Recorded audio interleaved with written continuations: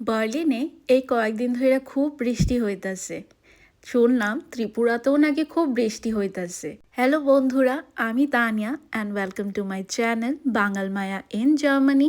আশা করি তোমরা সবাই ভালো আছো। আমিও আজকে ভালো আছি।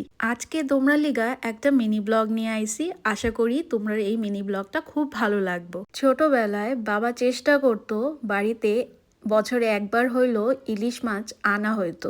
আর তার উপরে এরকম যদি বর্ষাকালে ইলিশ ভাপা খাওয়া যায় তার তো মজাই আলাদা হইতো। তাই ভাবলাম বার্লিনে যেহেতু এত বৃষ্টি হইতেছে তার সাথে যদি গরম গরম ইলিশ ভাপা হয় আর তার সাথে গরম গরম সাদা ভাত হয় তাহলে এই বৃষ্টির দুপুরের লাঞ্চটা বেশ জমায়া খাওয়া দাওয়া করা যাইব। বন্ধুরা, তোমরা দেখতেই পারতেছো ইলিশ ভাপা কিন্তু প্রায় রেডি হয়ে গেছে। আর তার থেকে যে গন্ধটা বাইর হইতেছে, উফ, আমার তো মনে হইতেছে এইখান থেকে গরম গরম একটা পিস নিয়ে এমনি খাওয়া দাওয়া কইরানি। আমার ইলিশ মাছের যে কোনো রেসিপি খাইতে খুব ভালো লাগে।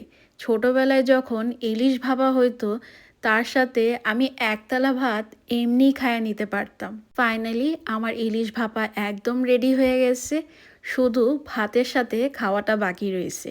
তো তোমরা কারা কারা আমার মতো ইলিশ ভাপার খাইতে পছন্দ করো নিশ্চয়ই জানায়ও। আজকের লেগা ভিডিওটা এইটুকু, চাও।